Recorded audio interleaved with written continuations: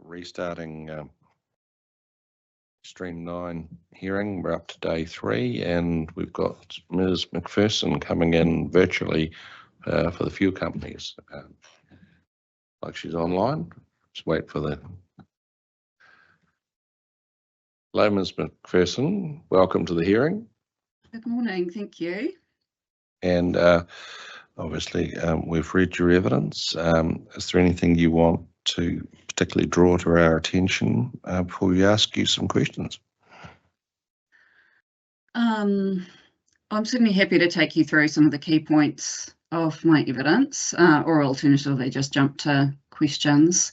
I guess I just point out through the key, maybe just draw your attention to a couple of key points on each of the 3 provisions that I've addressed in the evidence. And so the first of those is the hazardous substances policy, number 1.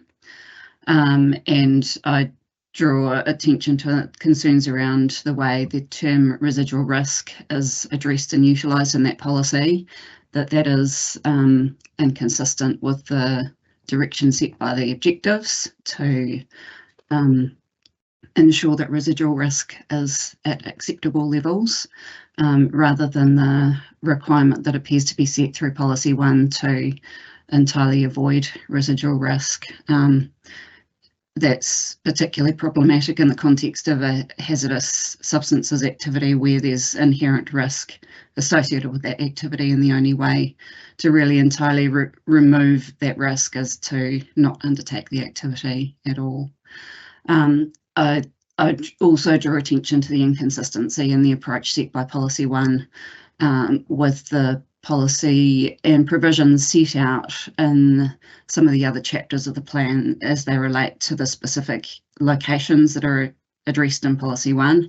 And in particular, I look at the natural hazards provisions and the sites of significance to Māori overlays, which apply to many existing well-developed areas, including existing service station sites, where there is provision made through those policies that sets out a pathway for development, but where it would be very difficult to entirely avoid the presence of any hazardous substances, as appears to be suggested by Policy 1. Then in the second point that I address in the evidence is in relation to Rule 2 on vehicle trip generation.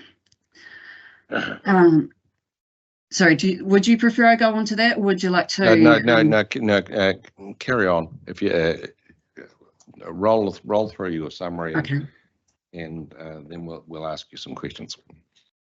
Great, okay. So Rule 2 vehicle trip generation permits the generation of vehicle trips from activities up to the thresholds that are set out in Standard 1 in the Transportation Chapter, with the exception that if the activity is a service station or a drive-through activity, there is no permitted activity pathway under the trip generation provisions. I think there's a significant concern in that approach, that it doesn't take an effects-based approach. There's no particular reason to single out those 2 activity types and require that they are assessed in all situations, even when they may sit below the trip generation thresholds. I think there's also a concern with how that provision may be applied to a distinction between a new activity and a change to an existing activity. And I certainly accept that changes to existing service stations can result in more trips, but that will also depend on the nature and scale of the change. And there are many changes that can occur that result in very minimal changes that may have no material impact on the roading network. That might include changes like installation of EV charging points, changes to the layout of dispensers, or entrance and exit points to the site, noting that things like vehicle crossings are assessed under other provisions in the plan as well.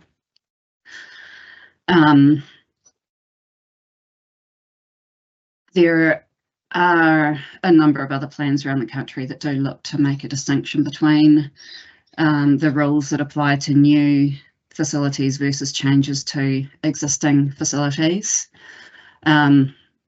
It's not an approach that appears to have been adopted by the council at this point. Though I do see that there are other submitters that also urge the council to reconsider whether the trip generation thresholds are set at appropriate thresholds.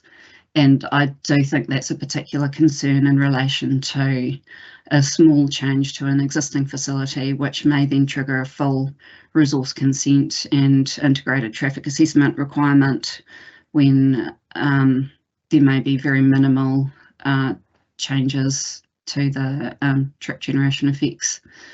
And sorry, the other point there is that service stations are primarily activities that pick up traffic that's already on the road, so that there may be significant changes over time in terms of the number of vehicles that are coming and going from a service station, for example, compared to when it was first established maybe 20 years ago. The roading environment and the traffic numbers may have changed quite considerably, but that's not necessarily a factor of the service station itself, and changes to a service station in that sort of context may actually be intended to address issues that have arisen from the additional traffic on the roading network and coming and going from the site. So again, I've suggested some changes to the wording to try and address those concerns within the scope of the approach that's taken in the plan at this point on trip generation. And then the final matter that I address in my submission, in my evidence, is in relation to electric vehicle charging stations. And the fuel company submission sought to include a new rule and standard in the transport chapter to specifically provide for EV charging stations as a permitted activity, subject to compliance with appropriate standards. The intent of that appears to be accepted by the reporting officer, but the changes haven't been reflected in the track change version of the chapter. So that those changes do need to be carried through, and I've also suggested a number of additional consequential changes to ensure that there is very clear provision for EV charging at commercial sites, including at service station sites, as a specific activity because of the way EV charging sites are currently incorporated in the definition of service station, and that is in turn incorporated in the definition of a yard-based retail activity. And under the decisions on the centres zones, yard-based retail activities are subject to an automatic full notification trigger where there's deemed to be a change in the area or the nature of the activity. So I think there is a risk under the current wording that an EV charging facility added to an existing service station in a centres zone could be required to be fully publicly notified. That, in my opinion, is inappropriate and inconsistent with the nature and scale of effects of that type of activity, and also inconsistent with the broader direction in the plan to focus on alternative fuel types. So that's a brief summary of my evidence, and I'm happy to respond to any questions on those topics. Ms. McPherson, can I start with the hazardous substances policy? Sure. I wonder if you're overstating the issue. The policy specifically says if avoidance is not possible, then mitigate to an acceptable level. So on the face of it, it's not a pure avoidance policy. It clearly has a default. And the question for you is, well, is there an argument that an avoidable risk is probably unacceptable? That the whole thing, there is an element of circularity, but that if the end result is mitigation to the extent possible, in any sense, what's the problem? Well, yes, I accept your point. I think the wording as it currently reads is that as the alternative option is that unacceptable risk is adequately mitigated. And yes, I do think there's a circularity there in that if you're mitigating unacceptable risk, then presumably it's no longer unacceptable. It must then be at a level that is acceptable. And this concept of mitigating unacceptable risk then becomes quite convoluted.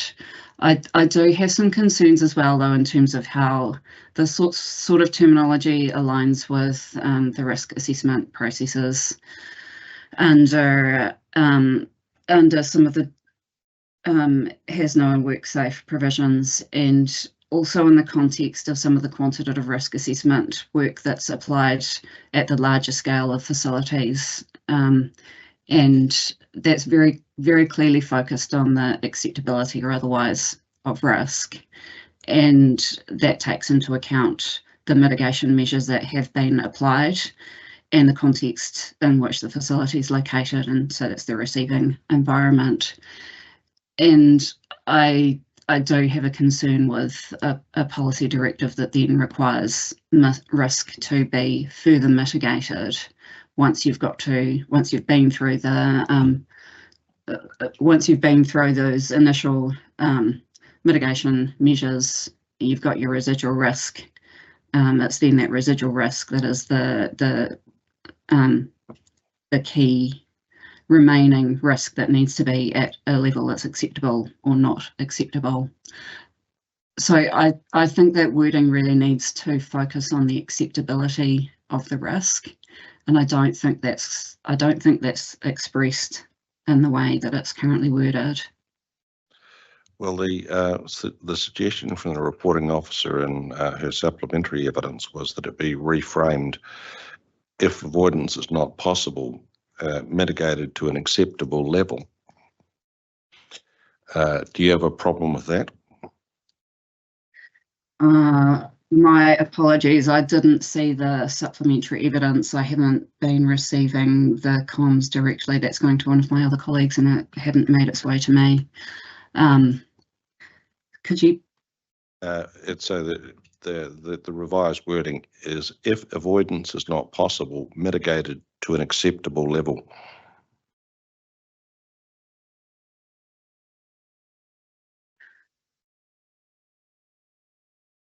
So this would, so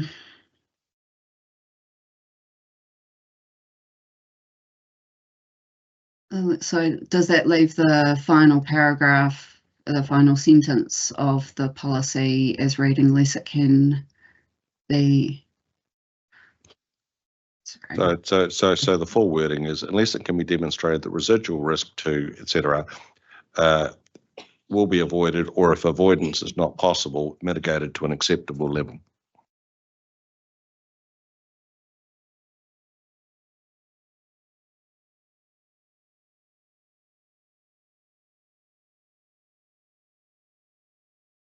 Residual, so it still remains that residual risk is avoided. I think that is certainly a better wording than was in the original section 42A report. Thank you. I'll ask Commissioner McMahon, any questions? Commissioner, we'll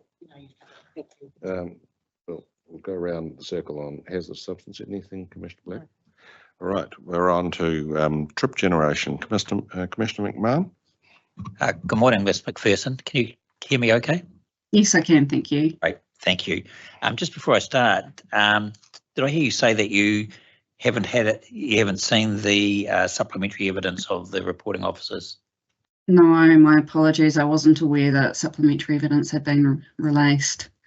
Okay. I'll have a word with my colleague about that. Yeah. But no. Okay, because Mr. Wharton had a brief of supplementary planning evidence dated the 4th of June that comments on both the vehicle trip generation rule TR2 and on the electric vehicle charging stations matter. So, look, anyway, I'll push ahead. I've got 3 lines of inquiry in relation to the vehicle trip matter, and they broadly align with your 3 concerns, being that service stations are singled out. That's the first issue. The second issue being new versus existing, and the third one being the actual numbers for triggering a consent. On the singling out aspect,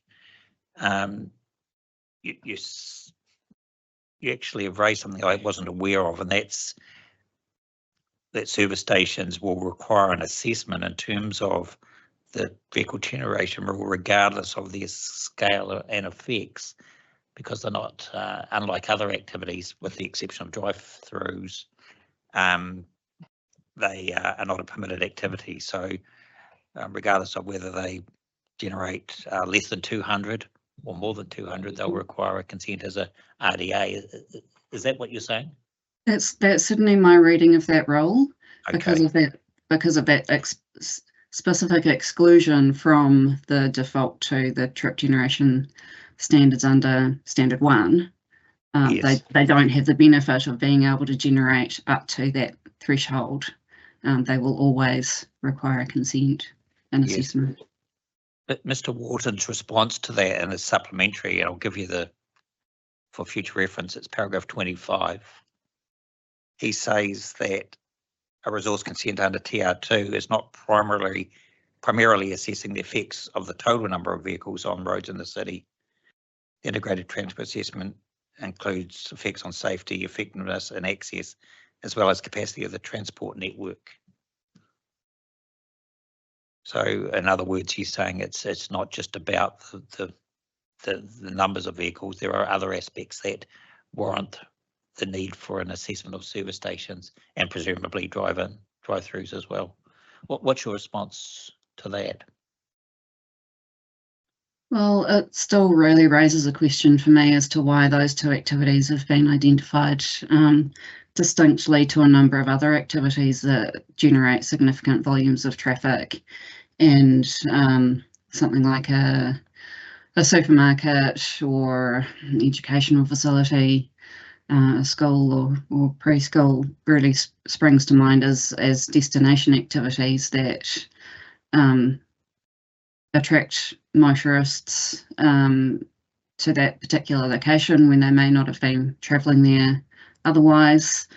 And I would have thought that those matters would be equally, if not of more concern in relation, or more consideration in relation to those types of activities when compared to a service station which picks up pass-through traffic predominantly. And in my experience of numerous service station consents around the country, that's the overarching conclusion of all the traffic impact assessments, is that the way these sorts of facilities operate is that they predominantly pick up the pass-through traffic rather than generating destination trips. Yes. At your paragraph 6.8, I think you acknowledge that service stations and drive-throughs are probably always going to require consent regardless of whether they're specifically listed or not. In terms of the current threshold, at least, they're always going to exceed the 200 vehicles per day, aren't they? In most cases, yes, and it is a very.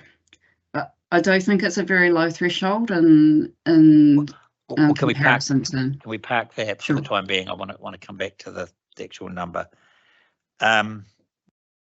In your experience, and I know that you've been doing work for the fuel companies for a number of years. Are you aware of any other plans that list service stations as an activity, as a permitted activity, and then but subject to compliance with standards such as trip generation? Because I think that's really what you're asking for, isn't it? That as an activity, service stations should be permitted subject to compliance with standards. And if the trigger of, in this case, the trip generation standard is triggered, then it gets assessed accordingly. In this case, as an RDA. Are there other examples around the country that you could point to where that approach is adopted?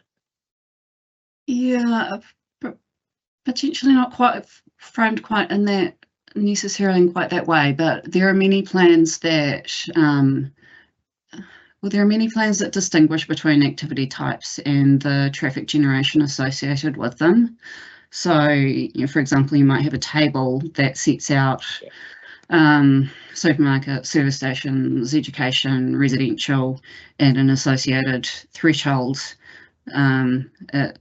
so that if you go beyond that figure, sometimes it's expressed in trip movements. Sometimes that's across the day, sometimes that's focused on a peak hour, and in other cases it's a floor area threshold, and that does include in relation to service stations. I've seen there's a few plans around where the service station shop floor area is used as the trigger for a threshold of effects. Sure. But yeah, there are many plans that do take an approach of setting the threshold of effects, so that if you're above the nominated threshold, then you trigger a consent. But if you're below that, then it's otherwise a permitted activity. Yeah, or whatever activity status it Oh, should yeah, be, depending on the zone. Yeah. My question was a bit clumsy. I was really referring to commercial business type zones, and when I reference permitted. Okay. And I guess, I mean, we're certainly not challenging an underlying status that might be applied through the zone. It's the level of assessment and scrutiny around traffic effects that might be triggered and under this plan appear to be required at any threshold that would then also apply to any change to a service station. Yes. Whereas in terms of the effects resulting from that change, that they may actually be very minimal, and that level of assessment may not actually reflect the effect itself. Okay, and so the relief that you're seeking is at your paragraph 614 on page 10, where you wish to strike out reference to the service station and the drive-through facility, and have a reliance solely on the reference to the whatever the standard is. Okay. Yes.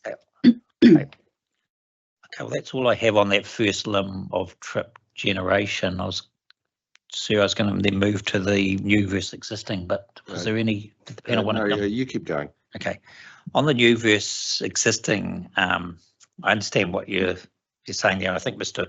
Wharton has acknowledged that concern also about, change of underground tanks, ahead potentially triggering the rule. In this case, your suggestion is a new paragraph B at the top of page 11 on the rule, which refers to a change to a lawfully established existing activity of the same or similar character, intensity scale. I can understand what the intention is, but I just wonder whether the wording of clause B would provide the certainty that's needed for a permitted activity. And it involves some discretion in exercising of discretion as to whether the change is of a similar character, scale, and intensity. What would your response be to that?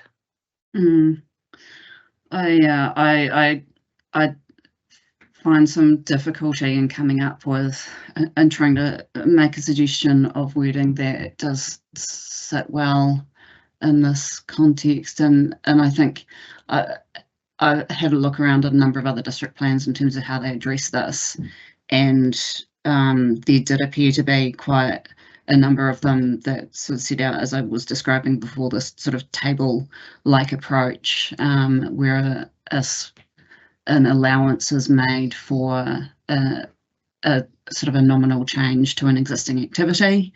The example I've used in my evidence was the Whangarei district plan, where they talk about numbers of dispensers, Yes. refuelling spaces. Some other plans use a floor area. This plan uses the trip generation, and it's I guess it's a very difficult one to entirely quantify to get that threshold right every single time.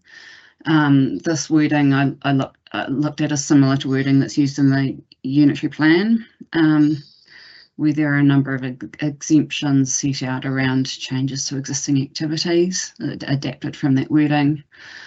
And I actually do think overall a better outcome would be to have a more targeted set of trip generation figures that applies to different activities, but that's not really in the scope of this submission to achieve that. Okay, we'll get onto that in a minute, but let's just say that was the approach, and you went down the table and you came to service stations, and you had X as the number of trip generations. How would that be the solution for distinguishing between new and existing? I think it would need to be framed in terms of an additional number over and above what's existing. Okay. Because obviously there'll be some sites in busier or quieter locations that have a different starting point. But potentially one approach could be a percentage increase set at a small level.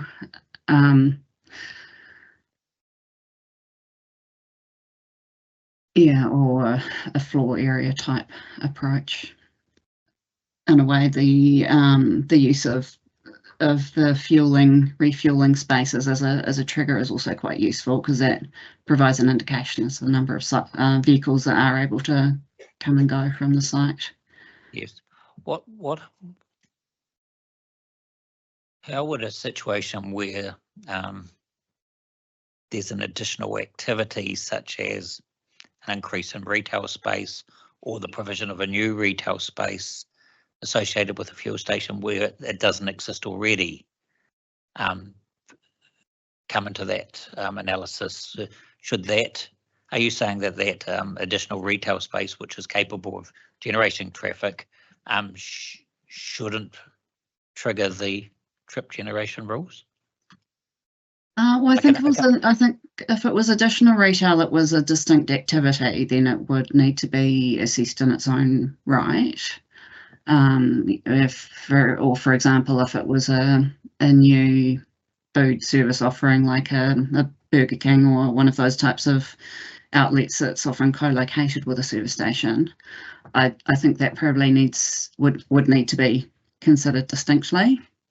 What about a situation for, say, what seems to be common these days with some service stations, so that they're unmanned, and and that they don't have any retail offering, such as a convenience store or coffee store associated with them, but there's a proposal to add that component to the site? Should that be captured by TR Rule 2? Well, again, I think it's the effects-based trigger, isn't it? So you potentially would be attracting additional trips through a change like that, and I think that is something that could be picked up through a floor area type threshold. That's something that probably wouldn't be picked up through the refueling, or may not be picked up through the refueling space type approach. So that you could have a provision that hedged its bets and picked up on both those elements. Okay.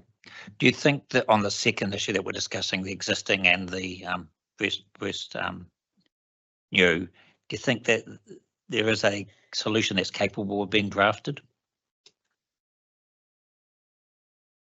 I mean, I haven't intensely pointed out the potential discretion issue just to embarrass you. That's not the reason. It's just I think that if we were to adopt the relief or the spirit of the relief, we need to make sure that the wording is capable of being certain. I think there could be. I think it's still probably going to be slightly imperfect because there are so many scenarios for what a change might look like. Clearly from a regulatory perspective, they're likely to want to err on the side of caution and perhaps set it at a more conservative level. But I do think that there is. I think it would be warranted to allow for some sort of change to these types of activities and other activities within a reasonable threshold, so that then there's no immediate trigger for a full ITA and a resource consent requirement as soon as you make a change that may lead to a few extra vehicle trips. Okay, well, I'll park that, and as a panel, we may have a discussion about whether there's any utility in requiring some conferencing on that. If I could just move very briefly now onto the final limb of the trip generation, that's the actual numbers. Fuel companies didn't lodge a submission on this, but you've pointed, or a further submission, I don't think, but you've pointed to the submissions of some other submitters, including Woolworths, I think, was one, who have challenged the level, and because they believe it's low and lacks any nuancing in terms of the activities and zones. And that particular submission prefers a gross floor threshold approach as opposed to a threshold approach. Notwithstanding that you haven't lodged a submission, it's certainly a live issue for the panel. But what we're perhaps lacking at the moment as a panel is any evidence on what the alternatives should be, if there is to be an alternative to the 200. What would your response to that be? Sure, and yes, I acknowledge I didn't go down that track, partly in the absence of the specific scope from the fuel companies, but also because there is quite a broad array of approaches to this matter across the various district plans. As I mentioned, there's the trip generation that can be looked at on a daily or a peak hour basis. There's the floor area approach. There's the refueling space type approach. I think at the end of the day, for the fuel companies, the concern's not around a new service station. There'd be an expectation for looking at and assessing trip generation in association with that. It's the changes to an existing site and the scenario of a retanking and small changes to the alignment of the refueling bays, the dispensers, and often that is a trigger for councils to look to reassess traffic effects of the service station in its entirety for a site that's been established for many years. The traffic environment around it has changed quite substantially, and the changes to the site are often in response to the additional traffic that's being experienced and the demand for the service station, rather than the site generating the additional traffic and there being any expectation that it will be drawing new traffic to the site that's going to further exacerbate those traffic effects. Okay, so what you're saying is really, of those three issues that I outlined at the start, it's really the first two that you want us to focus on. Yes, Yes, so yeah, so again, there are different ways that plans do address that. If it was to go down the track of a separate set of thresholds for new sites and then changes to existing sites, then yes, we could certainly look at providing some more detail on what an appropriate threshold might be. But that does in part sit alongside where the panel might land, or if the council does look to reconsider how the thresholds are set, if that's framed in terms of floor area, trip generation, peak hour across the day. Okay, just for your information, and you won't be privy to this because you haven't seen the supplementary, but one of the submissions to the trip generation figure was from Waka Kotahi, who actually said that the 200 was too high for state highways and have recommended a lower level, and the level recommended by Mr. Wharton for state highway access is 100 vehicles per day, I believe. And that's shown in his track change version attached to his supplementary evidence. Okay. Just point that out. I don't have any questions on electric vehicle charging. Okay. Thank you very much, Ms. McPherson, for your contribution. As I say, we'll ponder that with interest and call it a day. Okay, thank you. Thank you. I think we have the representatives of the Mount Victoria Residents Association next.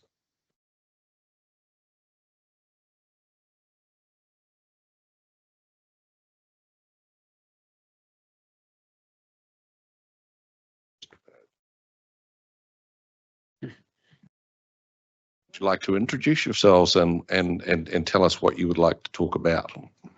So, kia ora tātou.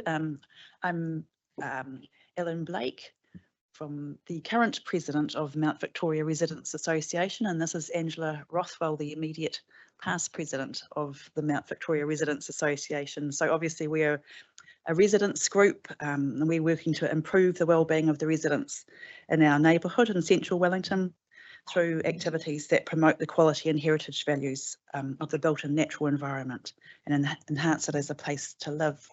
So I think today we want to cover 4 broad topic areas, and this is based on the experience of the Residents Association over quite a number of years, so not just us two, our experience of working with district plans and things like that. So the 4 areas in particular that we want to cover are the about public consultation with different provisions in the district plan, about the use of discretion afforded to staff over time in the district plan, that we really particularly want to make sure that the infrastructure provisions are suitable for all ages and stages, which was the point picked up in the Section 42 report.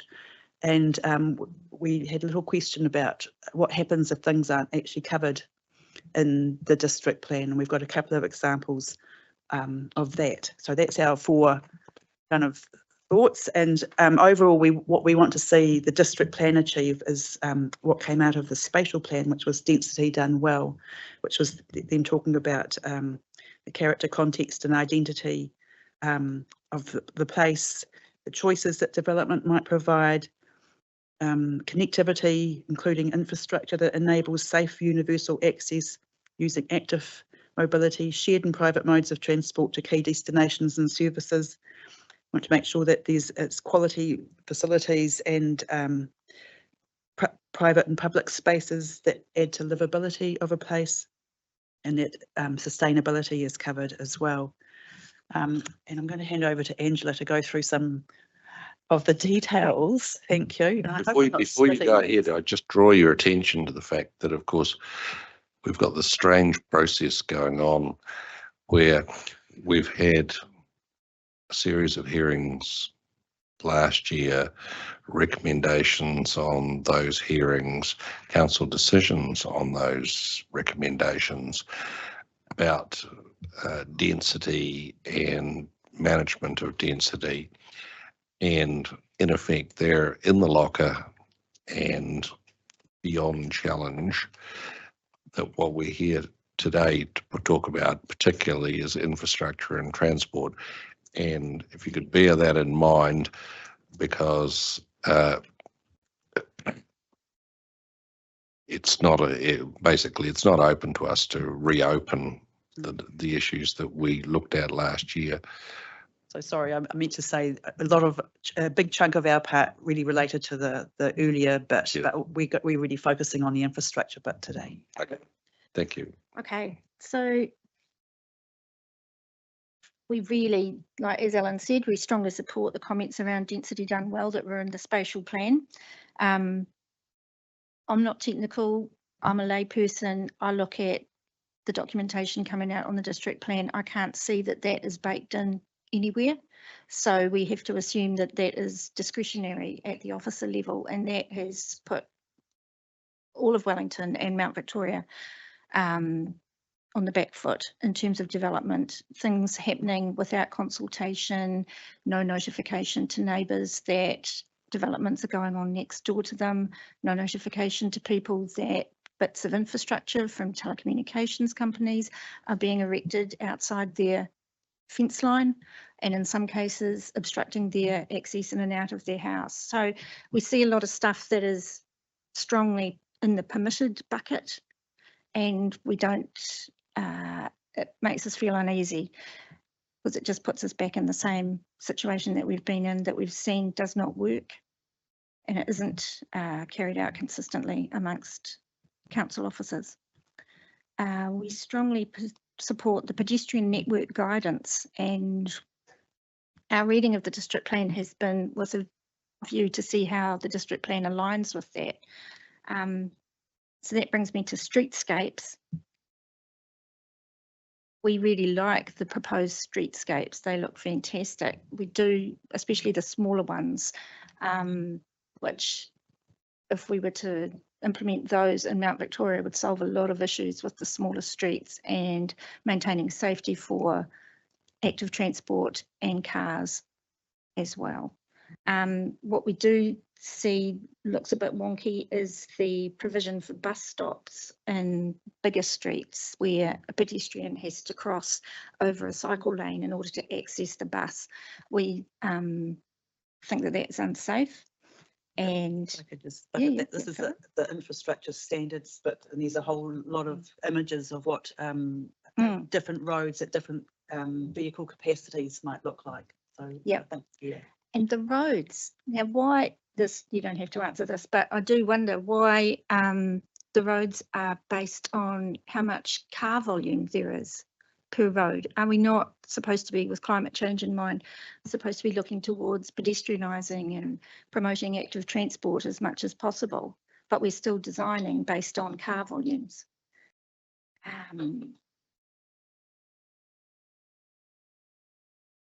We see the list of trees. That's fantastic that there's trees, but there aren't many natives on it. And what we see in Mount Victoria, especially already, is that there's quite a lot of where we have exotics and deciduous trees. There's a lot of backup that goes into drains that causes problems, and especially with climate change and the higher rate of rainfall, we have a lot of slips, a lot of floods in Mount Victoria. We don't really understand why there is this focus on exotics. Where there is development, it needs to be sustainable. And we saw where it touched on that in the district plan, where it talked about remediating the area within 3 months of completion. But in the meantime, we don't see anything that talks about making sure that where there is a development that you're not impeding the neighbours' drainage, which is particularly important for Mount Victoria because on the lower slopes we're on a floodplain, and there's a lot of our residents who are struggling with issues around water. We know that there's a lot of infrastructure repair that needs to go on within Mount Victoria for the pipes in themselves, but then there's a lot of drainage issue coming up in private property. I've already talked about non-notification, and I think I've just blasted through everything I had to say. Have you got anything more, Ellen? I just wondered, do you want to talk about the discretion a little bit more? Oh, okay. So Well, we've already, I mean, historically, we've had a lot of people come to us about how when under current rules, under the rules from the last 10 years, a council officer can decide that, can assess a development next to someone's house as less than minor impact. And we've all become very used to that term as meaning basically that people can build you out and they don't have to talk to you about it. Nobody has to visit your property to actually see it. It's highly technical how it's all calculated, and it leaves people quite out of sorts, is a nice way to put it. But it does cause a lot of rift within the community. And then we're only going to see that get bigger because, as we know, we've got density coming in, higher developments will be coming into Mount Victoria. How will that be managed? We don't see anything that gives us any reason for expectation that it would be managed any better. That wasn't very erudite, was it? Yeah, but I guess we have seen over the years that when somebody's allowed to do something, then everybody else is also allowed to do that thing, and then they get asked for a bit more. So the discretion to depart from when you read the plan, what you think it's going to be, it changes over time. And we're wondering if there's some way of managing that back, so that when people are reading the district plan, this is what the sort of thing that they can do, rather than creeping. Yeah. Increasing the impacts of some of those things and the effects of some activities. That's the one about discretion.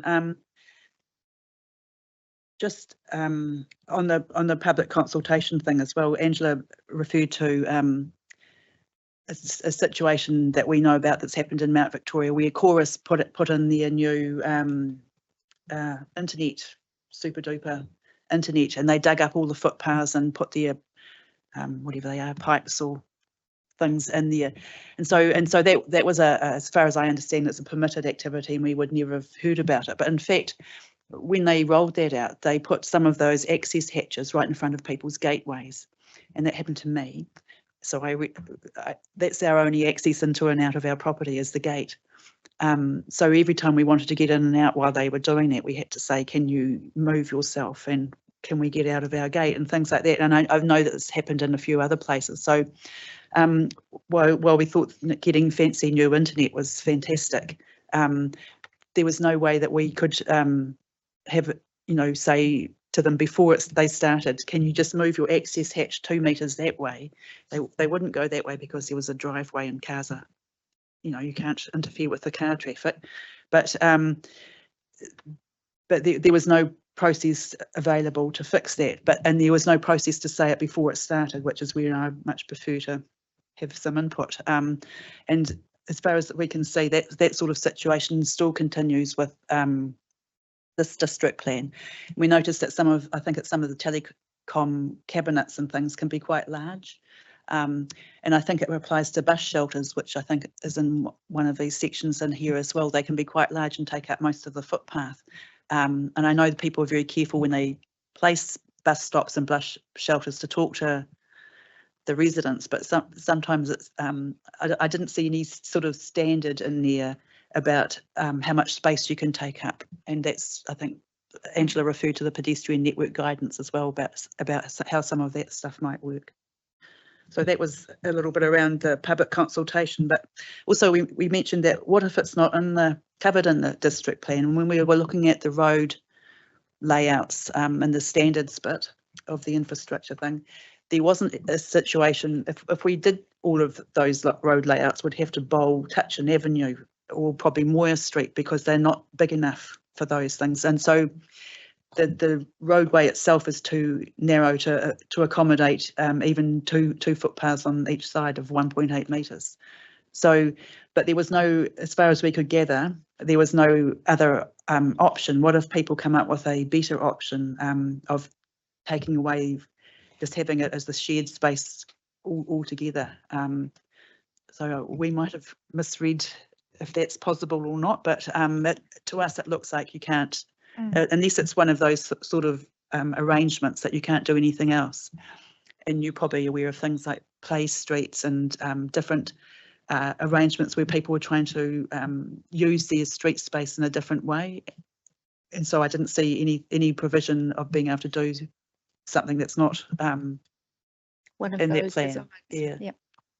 With those sort of dimensions, which are way, you know, for Touchin Avenue, it's a tiny little laneway, say, but it's a public road. Yeah, not sure if that helps. Wonder if, just on that specific example, it's sort of a two-edged sword. On the one point, you've got concerns about too much discretion, and on the other, you're saying, well, it's not flexible enough. And sort of how can you? It's sort of like they seem mutually contradictory. Either the plan's highly directive and has no discretion, in which case what you see is what you get. Yeah, but for instance, for places like Touchin Avenue, it's just there is no space, there is no road space. It's definitely not big enough, and I'm pretty sure Moore Street's not big enough either. So it just seems, and I think there's probably other instances of things that I can't quite think of. Some pedestrian only access ways, for instance, which I think are considered public road. You know, there's Doctors Common, it's only steps. It's I'm unclear about how the district plan relates to those sort of places. I think in terms of what you're saying about the two-edged sword, it's like, yes, the plan necessarily has to be quite buttoned down, but there is no provision in it for further communication. And that's where I think the whole issue of officers having discretion is, you know, that would fill the gap really nicely, but we don't have anything in there for that.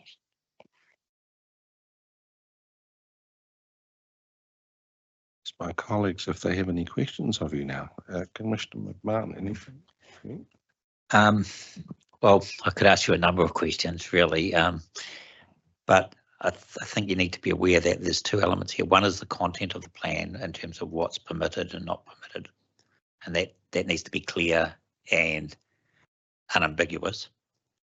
The second is the process associated with any activity that needs a consent, and the discretions that council have are guided by two matters: the Resource Management Act and any provisions that are added into the plan to provide guidance on how a consent's processed, whether it's with notification or without notification, and whether that notification is public or limited. So you can't do anything about the Resource Management Act. Those matters we can't do anything about that. It's the content of the plan, and in terms of whether it provides any guidance on how applications are processed. I don't have a question for you because you haven't raised any particular provisions in relation to those guidances on processing. So it's difficult to take that any further at this stage. Yeah, we do understand that because, you know, we've been through this before. Yep. But yeah, it is something that we continue to see causes problems within the community. So what you need to do is you need to suggest additions to the plan that would assist your case. Okay. How do we do that? Well, the time's probably passed in relation. It should have been covered in your submission. But it's fair to say that you raised an interesting question about the way in which permitted infrastructure is rolled out. Yeah. And we certainly need to think about that. Commissioner Makara, do you have any questions? No specific questions. Thank you both very much for coming along. I know this can be quite a daunting process, and reading through the plan and trying to make sense of it is not an easy task. So I just acknowledge your commitment to doing that and raising the issues that you have. And yeah, my question, well, it's not really a question. It's the issue that you've raised, which the chair's already touched on, around the way in which the permitted activity status is applied in terms of the issues that you've raised. And I think the chorus one was probably a good example there. And that will be something that the panel will need to give some thought to. So thanks very much for coming along, Hilda. I suppose let's just say that we will be hearing from the representatives of the telecommunication industry, and we'll be asking them that question. Commissioner Black. Just a thought I had when you were talking about the difficulties you've had with footpaths being done up, etc., in Mount Victoria, and Chorus putting things in, or other utility providers. And so the district plan goes so far in enabling these things to be done, but it's how they're done, as we were just talking about, and that how you the need for council to communicate, or you to communicate to council, when these things are being done, so that there is some interface with the people who are installing these things. Is often the difficulty, isn't it? Yep. Yeah. So, which is not a district plan matter, but it's really important when these things actually, when the rubber hits the road, when the things are actually being done. It's really when it becomes real, and when you need to be able to communicate. Yeah, I guess the permitted activity thing doesn't have enough, I don't know, restrictions around it, like about. For instance, the Chorus internet thing, somebody would have said, okay, you can put your Chorus internet line up the footpath down here, but and you can, every so often you have your access hatch, but they didn't say you can't put your access hatch in front of somebody's gate, please. So there's nothing in the district plan that says, it's so obvious in a way, isn't it? But it's not there. So you can't come back and say, well, you've just put something in front of our gate, and I can tell you they put it in a material that was so slippery that people fall over on it all the time. And so yes, I think that's a level of detail that the plan doesn't go to, but because of the practicalities on site when something becomes a store. So I think it's there's nothing in the plan either. And that's why we raised the pedestrian network guidance in a way. You talk about the one network road classification a bit, but it doesn't. And you have to have this sort of stuff, but it doesn't say how much of your footpath you can take up with cabinets, for instance. Was this on Tuesday? There will be discussion about that particular issue later on. Yeah, one other example that you might be interested in is that there's been a bit of talk in the paper recently about a new high-rise apartment in Vivian Street, I think, and the same people are doing a new development up Westbourne Grove, I think it's called, in Mount Vic off Austin Street, and it's a teeny weeny private road that has access for the, I don't know, maybe 6 or 7 people, households that live down it. It's going to have a big new development down the end. There's no footpath, it's quite narrow and everything at the moment, so there's no way they're going to meet any of your road standards, but it's unclear about whether they should, or how wide the road should be, or how, I think you were just talking about how many vehicles go up and down a path previously. There's no kind of idea of how they should provide for all of those cars either, and that's something that's a big concern to the residents here at the moment. So, but it's a good example of, I don't know. I'm sure you're all over it, but anyway, thank you very much. Thank you. For hearing us. Thank you, Ellen. Thank you, Angela. Well, thank you very much.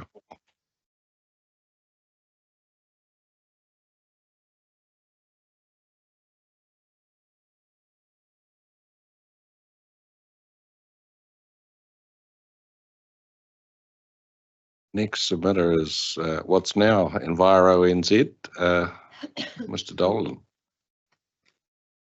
Yes, thank you, Mr. Chairman. Enviro NZ submission was prepared by our environmental planner, Karen Rosser, who is currently away in Europe on a holiday.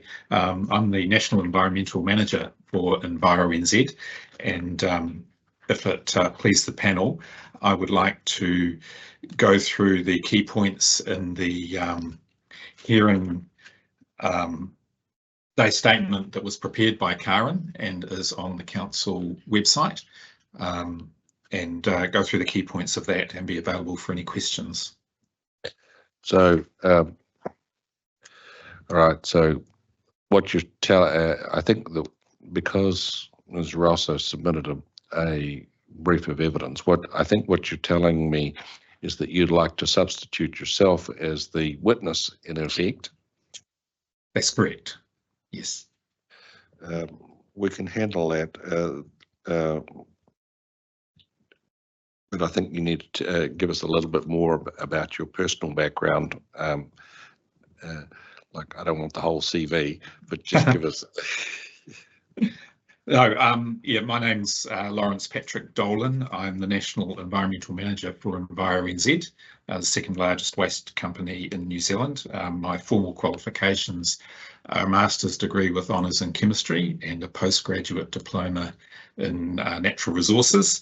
I've had over 33 years experience in the waste industry, initially as a solid waste planner for Christchurch City for several years, and then as a consultant for 20 years, and for the last 10 years I've been the environmental manager for Enviro NZ.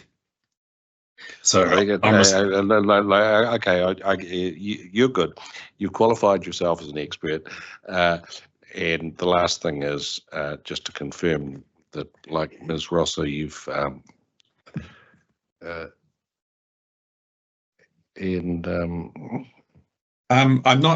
guess I'm not here as an expert. I'm here representing Enviro NZ.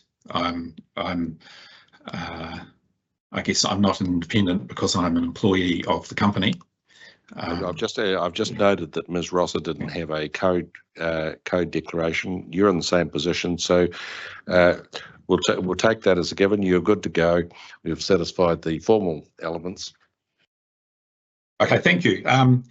Well, I guess there are three key points in the Enviro NZ submission on the plan. And the first is that we seek the addition that waste processing and disposal facilities be included in the infrastructure definition.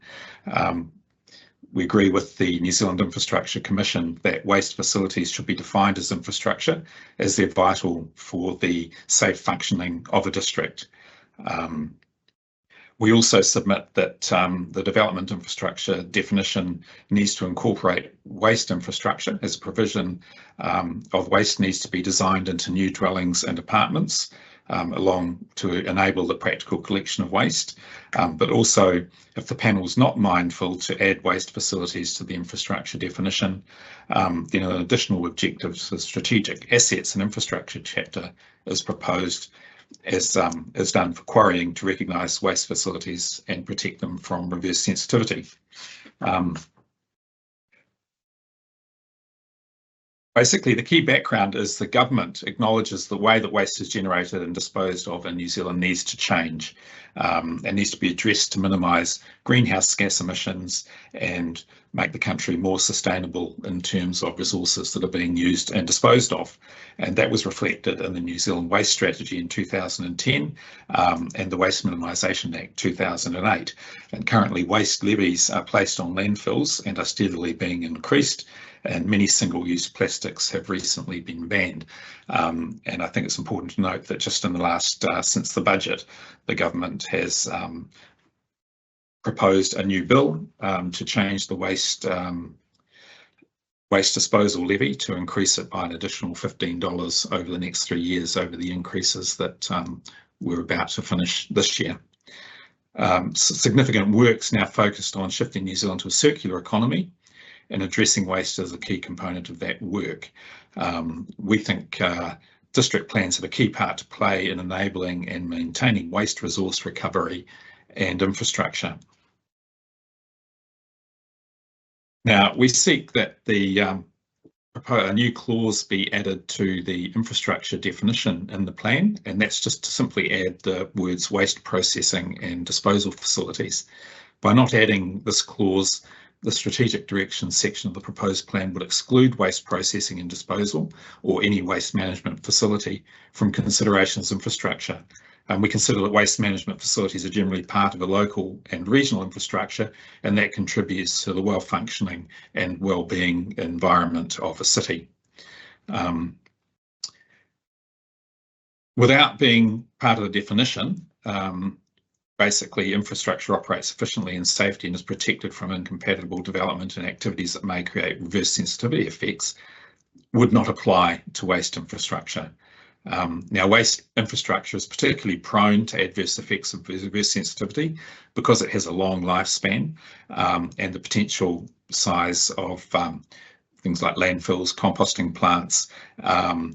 When you get encroachment, particularly of residential development, they can have significant reverse sensitivity effects over time.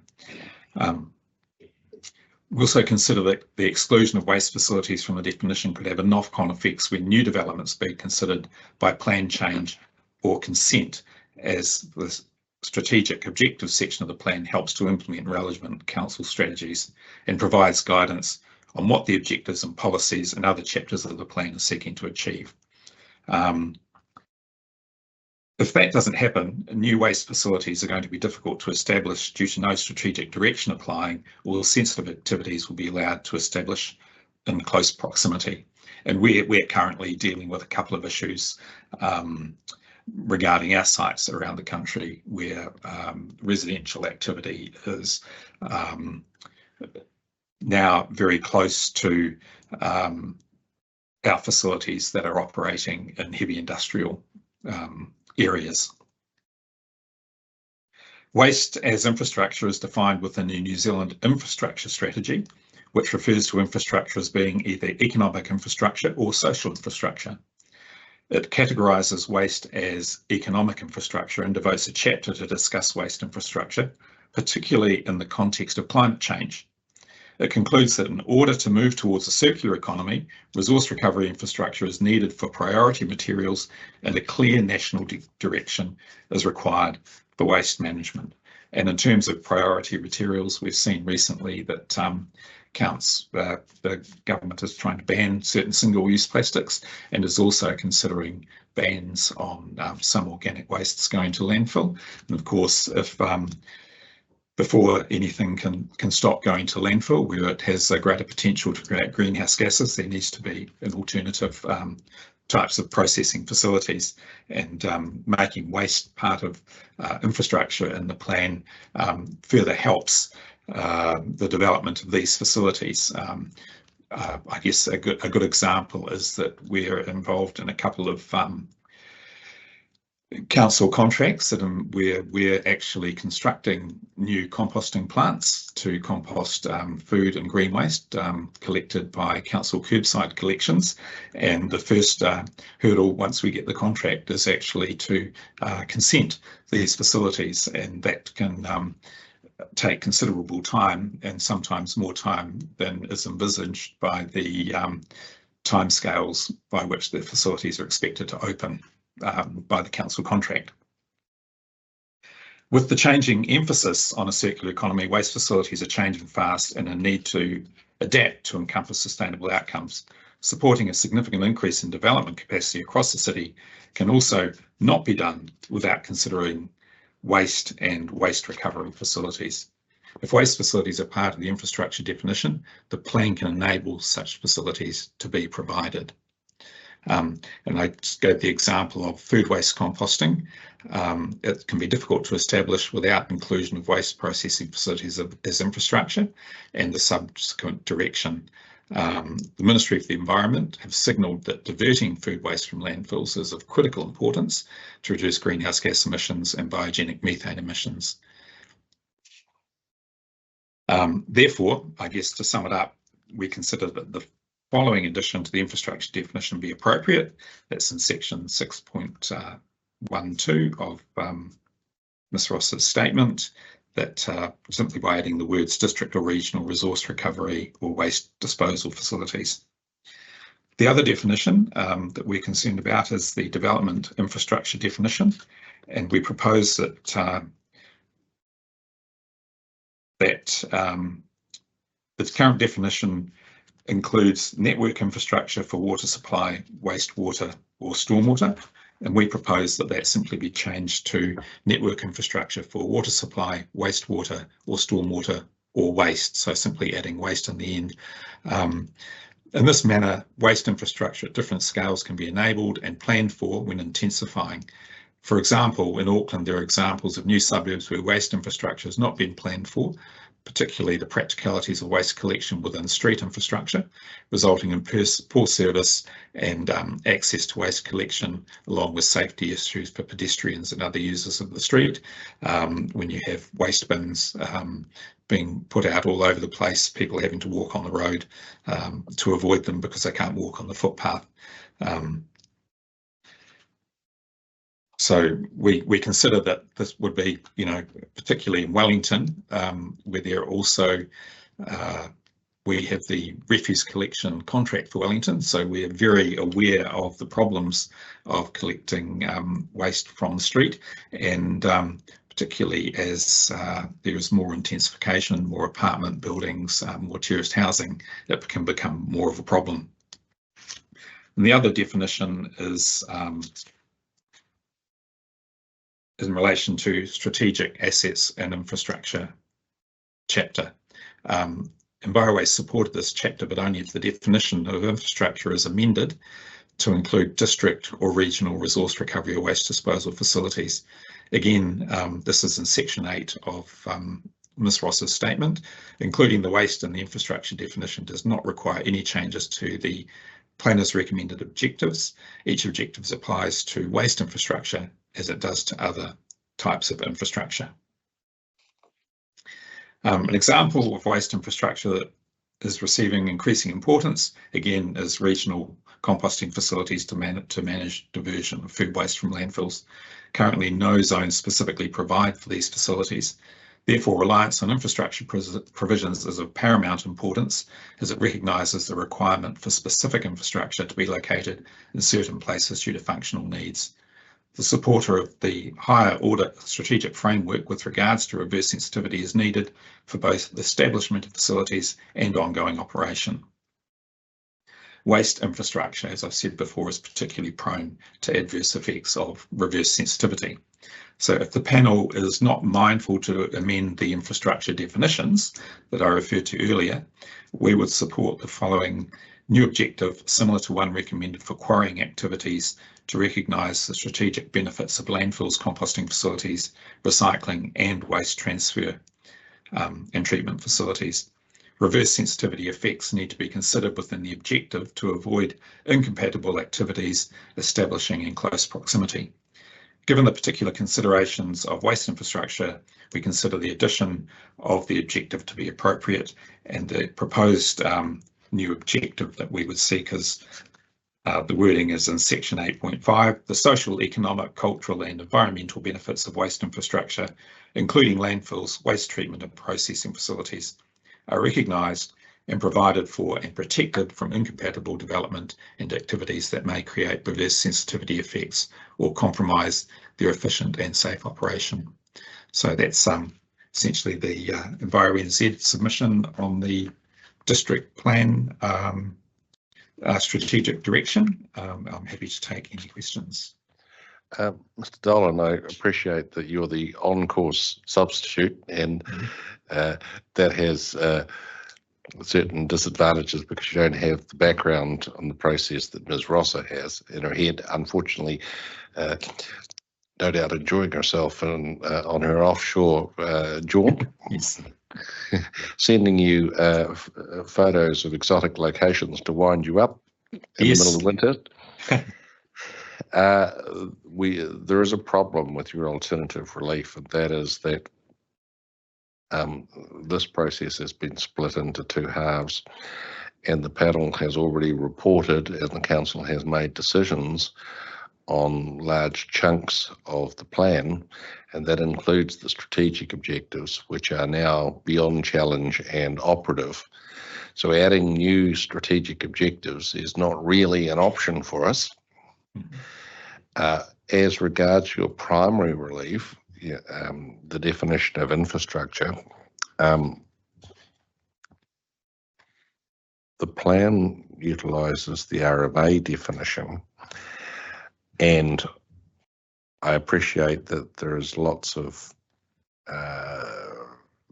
regulatory signals that about waste, the importance of waste management and the need to treat it as infrastructure, but the status quo is that the definition is the RMA definition, and it doesn't include the matters of interest to you. So the question is, it's sort of like, what power does this panel have to alter what the statute says? Like, it's the classic. You've got the political end of government sending signals, but not actually changing the legislation yet, and we're left with the legislation to apply. So that produces something of a problem for us, and so on the basis that of a problem shared is a problem halved, I'm sharing my problem with you. I guess our view is that the addition of waste can be added in addition to the strict RMA definition of infrastructure. The Auckland Unitary Plan, for example, does recognise landfills specifically as infrastructure in the Unitary Plan. So there is precedent for other areas adding waste facilities in their infrastructure definition. And that's helpful, thank you. And question is, if we didn't do that, I think you referred to your facilities being located in industrial zones, which is, in terms of the plan demarcation of zones, the logical place for them. Have you considered what the provisions of the industrial zone say about reverse sensitivity? I didn't sit on that panel, but my recollection from reading the panel's report on that zone is that there are reverse sensitivity provisions in the Wellington Plan industrial zone. Obviously, they're not focused on waste, they're generalised, but they're generalised on the basis that particularly heavy industry has a range of effects which classically attract reverse sensitivity issues. So does the industrial zone already address the issues that you're putting to us? It does to some extent. I guess what we're seeking is waste facilities. Now, you've got some facilities end up in an industrial zone like treatment facilities. Others tend to go into, I guess, more outlying zones, potentially rural zones,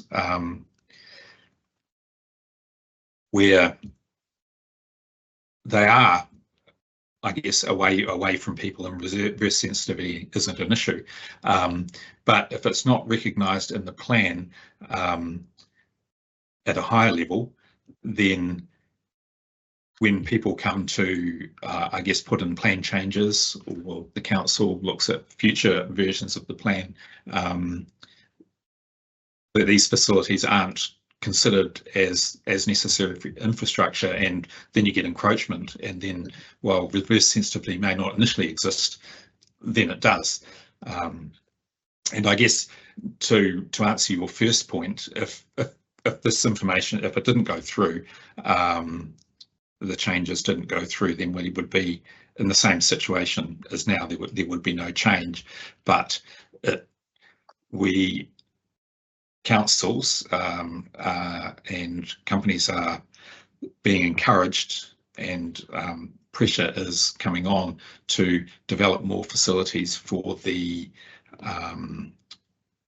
processing of waste materials.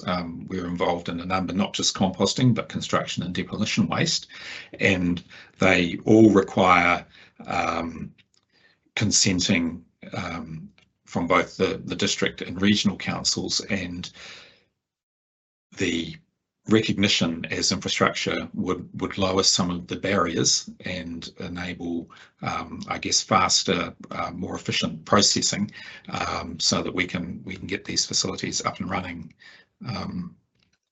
much quicker, and we can actually start doing a lot more to reduce our waste to landfill, reduce our greenhouse gas emissions. I think the government has a fast track plan for you. Yeah, that has some issues in itself. Yeah, well, let's not go there. But like in effect, you're saying that that the current process has difficulty handling those sort of facilities. Like I would draw the analogy with a new heavy industry that's maybe not in an industrial zone. As you say, often they might be placed in a rural zone, and people want to talk about their effect on rural amenity. Okay, thank you. I'll ask my colleagues. Commissioner Black. I was just sort of trawling through the district plan while you were talking about that, and just on that reverse sensitivity matter, it is addressed in the objectives and policies of the rural zone as well, and the mixed use zone too. In fact, many zones, but those are the two that stood out to me when you were talking about it. So there is some consideration of that as a serious effect for your operations too. No question. I was just pointing that out. Yeah, thank you. Commissioner McMahon. Yes, good afternoon, Mr. Dolan. I wondered whether you know as to whether Envirowaste Services or Enviro NZ have lodged a submission to the Greater Wellington Regional Council's proposed change to the original policy statement.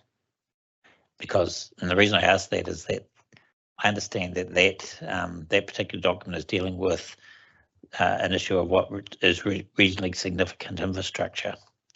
And we've been advised that decisions on that document are due out in the next month or two. I just wondered whether your company has participated in that plan change. Yeah, that plan change was a while back. I think we did. We have been submitting on a number of council plan changes and plan reviews over the last 2 or 3 years, specifically on this point in terms of infrastructure, because it's an issue that has caused us quite some heartache over consenting a number of facilities around the country. Okay. The reason I ask is I think the reporting officer, Mr. Anderson, indicated that that he will be revisiting that definition of regionally significant infrastructure, or the definition of infrastructure in the district plan, once that decision is known. And the forum for that, in terms of Wellington City, will be the wrap-up integration hearing later this year. Okay, we will keep a close eye on what's happening there. Thank you. Thank you. Mr. McMurray. Kia ora, thank you very much for your submission. Yeah, it's a really important and topical issue, obviously, that you're raising for the panel's consideration, and we will do it justice when it comes to that point in the deliberations to carefully consider what you've raised and the advice that we'll be receiving also from the council. So thank you very much for your efforts today and for your commitment to this kaupapa. Kia ora. So, I think that might be us, Mr. Dolan. Thank you for joining us this morning, and maybe that we'll be hearing from either you or Ms. Rosser in the wrap-up hearing when we have the benefit of decisions on the RPS Change 1. Okay. Well, thank you very much for your time, and thank you for letting me stand in Karen's presence in place of her for the submission. Not a problem. Take care. Thank you. We will adjourn. We're back at 1:30 to hear from the Wellington Heritage Professionals.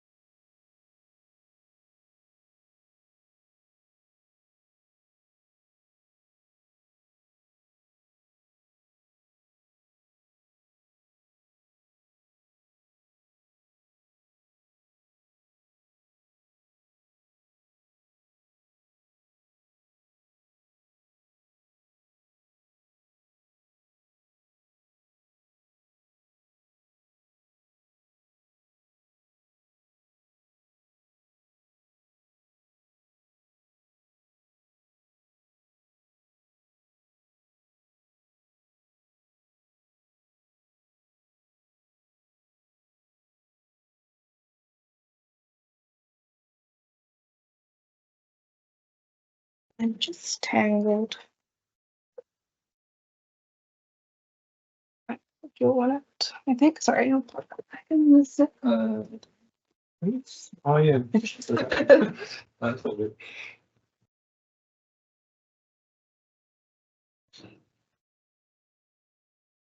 It's been a bit of funny, but it's working. It's just, Okay. Is it easier to be on this side? Have it go swap seats? yeah, because I'll just plug it in. Yes. As you want to be. Yeah.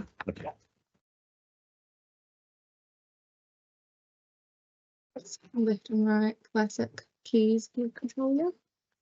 I think It's not flashing out this thing, is it? right, it's just my queen. Thank you.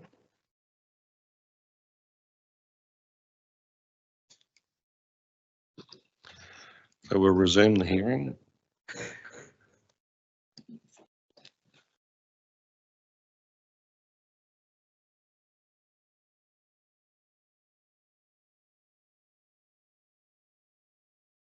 We have Ms. Mulligan and Mr. Kelly for the Wellington Heritage Professionals. Welcome once again. And Ms. Mulligan, do you want to go first? Yes, thank you. So Oh, yes. Sorry. Yeah. The Commissioner's just reminded me, having carefully written it all over my front page.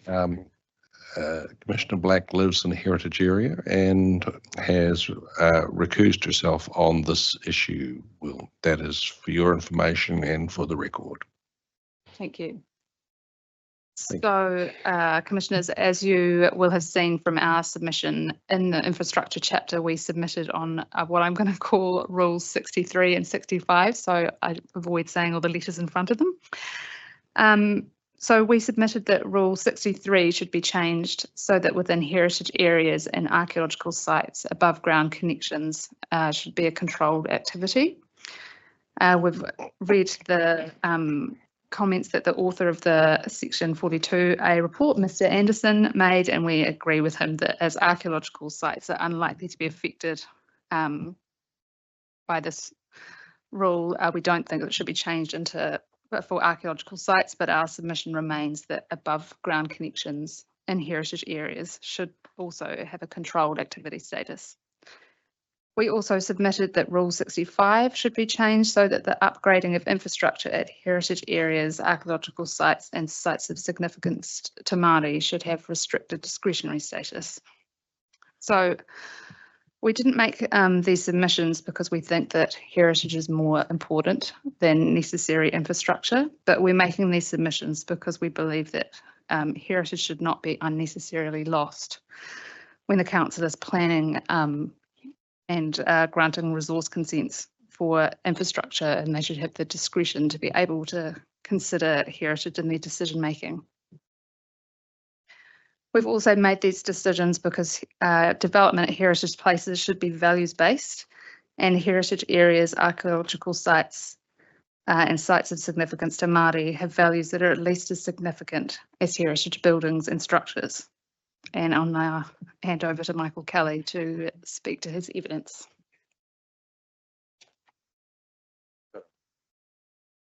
Kelly, as we're aware, as Amanda has said, my evidence revolves around really around this one key point, which is about the relative treatment of heritage areas versus individually listed items. Just to reiterate that, yes, we agree with Anderson that that archaeological sites will not be affected by Rule 63.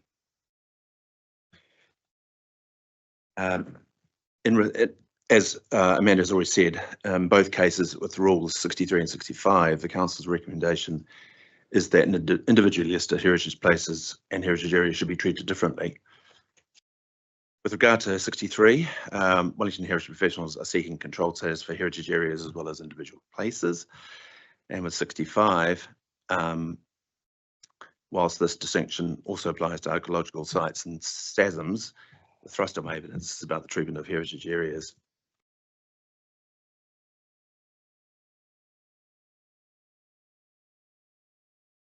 This distinction between our individual places and heritage areas is arbitrary and illogical. Heritage places and areas are both listed to protect their heritage values. The values of the latter are just as threatened by poorly designed or located infrastructure as individual places. And as I note in my evidence, the potential harm could be greater in the case of heritage areas, given the number of components that make them up. An example that we have to show you is the pole that's just gone up in the heritage, well, to be accurate, about 2 or 3 meters outside the Haitaita heritage area. You can see the size of it relative to the size of the buildings. If I show you the other, if I can, the other one. I'll just do that. Where's Jazz? Can you flick that over? You know what I'm doing wrong?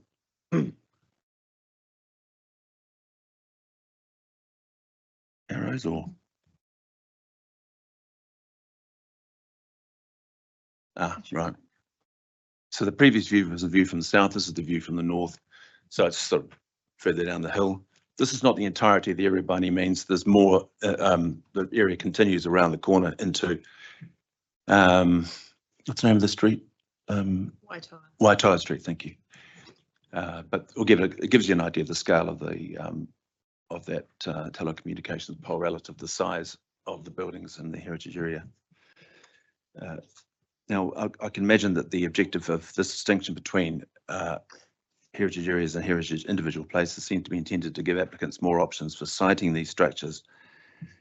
But given the size of these structures and how intrusive they are, it's even more of a reason, we think, to give the council discretion over appearance and location where there are other values at stake. Thank you. Thank you, Mr. Kelly. I think in terms of the size and obtrusiveness of that, the change you propose wouldn't actually have stopped that. As you say, it's marginally outside the heritage area, and so is that.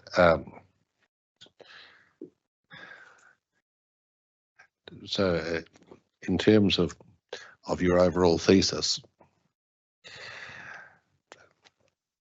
I'll ask the telcos this, but I imagine they would say they have taken into account the heritage area. They've moved outside it. Well, I think the discretion would allow the council to put it where it suggests where it could go. They wouldn't be necessarily bound by that, would they? Well, certainly under the regime that I've been doing consents for the council, I'm happy to be corrected. We have sought to move poles away from places if they are affecting heritage values deleteriously. But I'm happy to be corrected about where they should be sited. But yes, if that is a strict application of the rule, and it can be cited just outside a heritage area, then yes, that would be permissible under the rules, and yes, that would be a poor outcome. Yeah. And my understanding is that having heard this explanation from the telecommunication engineers before, they have to be higher than any buildings in order to work because they operate on line of sight. Well, the impediments in the way prevent them operating and require more of them. But in terms of your essential argument, I'm minded that you and your colleagues from the Heritage Professionals made a similar argument in the context of in stream 3, and not to put too fine a point on it, we didn't agree with you. No, we noticed. And so we're on the record with our view, and there is a consistency issue, but I wonder if you need to go there. The question I put to Mr. Anderson was whether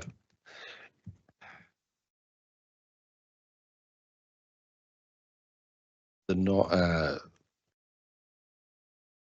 the heritage area has heritage values by definition, otherwise it wouldn't have been identified.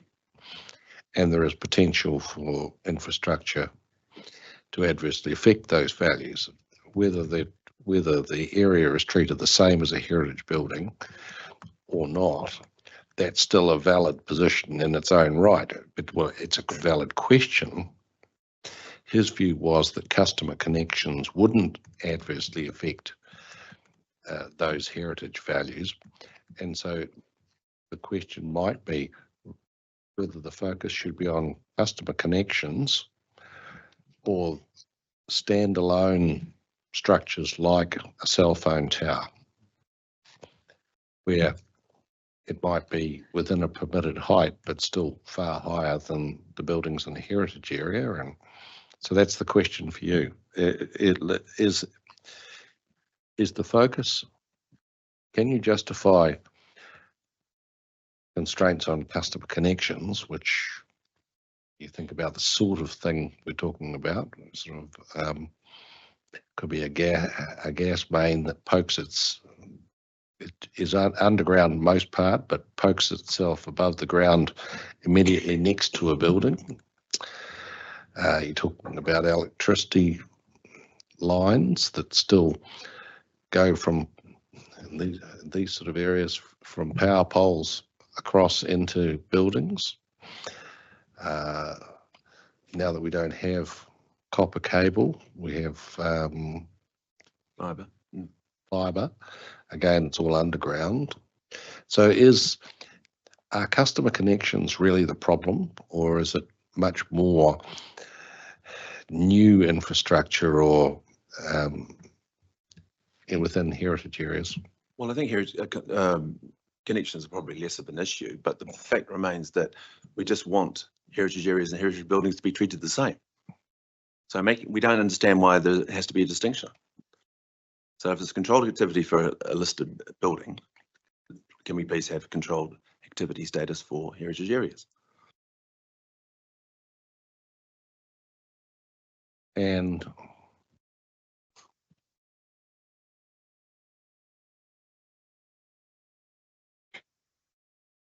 the other question I had was, do you think there's room to differentiate between upgrades that result in material changes to visual appearance to other upgrades? I'm thinking of if Powerco put in a new underground gas pipeline, I suppose these are above ground, but as I say, they poke above ground at various points. They have like little cabinets so they can monitor the gas pressure.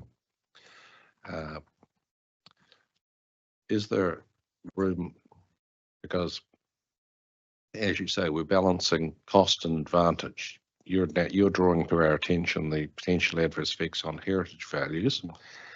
The infrastructure providers would no doubt talk about the costs of consenting processes.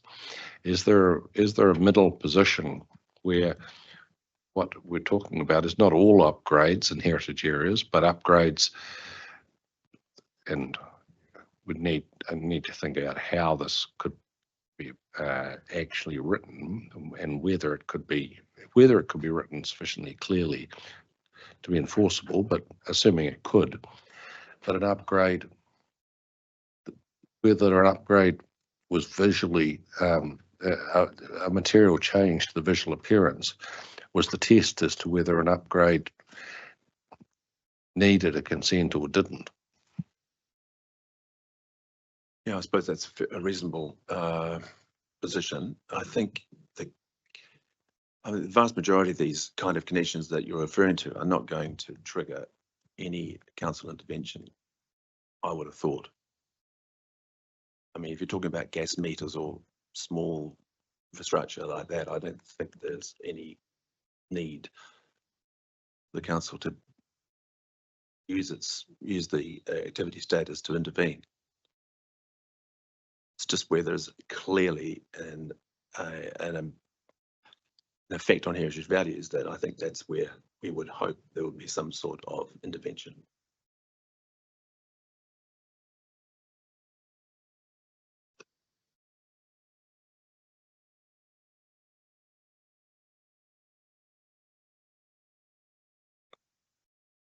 Mr. Makara, any questions? No further questions from me. Thank you both very much for coming along. My questions being more than covered. Thank you. Commissioner McMahon? Just one, and I'm interested in the example, Mr. Kelly, that appears in the photograph for the Waitai example. Are you able, do you know whether that pole is on legal road or is it on private property? No, I don't, but I'm guessing it's on legal road. Yeah. It appears to be. Like if you go back to the first image. You might be asking too much of me, but I'll give it a go. I can confirm. There that you it's go. on legal. Yes. So it's all, it looks to be on the footpath. Yeah, and that might be an issue in itself, given that is it the NES or on telecommunication facilities on legal road has its own code of, Yeah. and which sort of, I don't want to use the word overrides, but sort of bypasses the district plan. So I'm not that, I used to be familiar with it.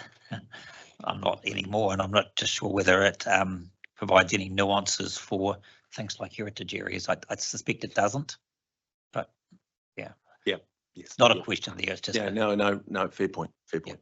Yeah, okay.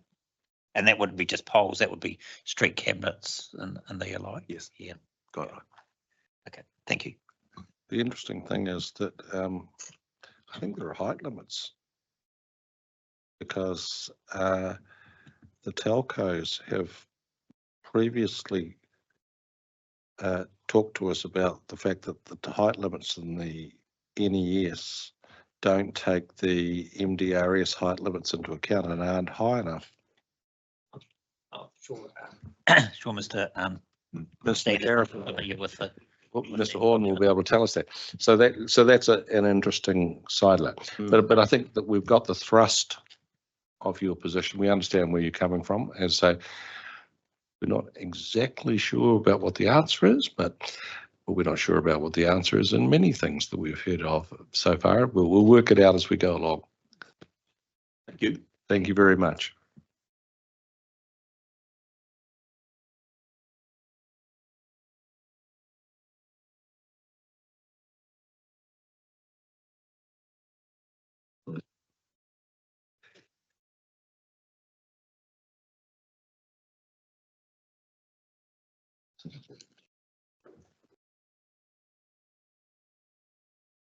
Thank you.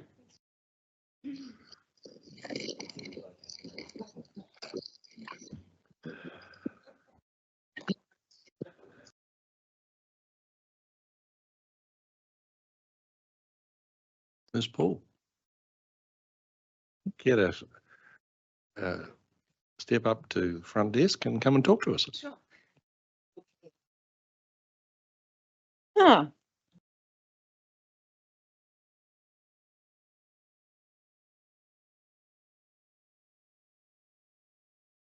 Right. So, Carol, introduce yourself. And Okay. So yes, I'm Ruth Paul and I'm part of the family trust, M&P Makara Family Trust, which is situated on 80 hectares that boundaries on to Meridian, Courts Hill, Tirafiti Station, South Makara Road and Makara Road where the school is at the front. And we basically carbon farm that. We've planted 20 to 30 hectares of native bush. We have cattle and sheep and get on really well with our neighbours at this point in time, which is great. And part of my submissions, I know I can't unilaterally vote myself in as a voice for the resident community, but I think you haven't heard from a lot of people in the community because it's such a labyrinthine process to go through this district plan. And I've tried to stay on it from the beginning and I get a medal for coming today, I hope. And yeah, I don't, because it's a big new thing in the rural area to have a specifically renewable energy generation chapter that only applies in the rural area, that I think it's important to consider the resident community. Just in terms of my own history, I was involved as a party in the original West Wind hearings. I sit on Meridian's Power Up Community Fund board. I chaired the community board. I sat on the committee for the New Zealand Standard for Wind Turbine Noise, 6808.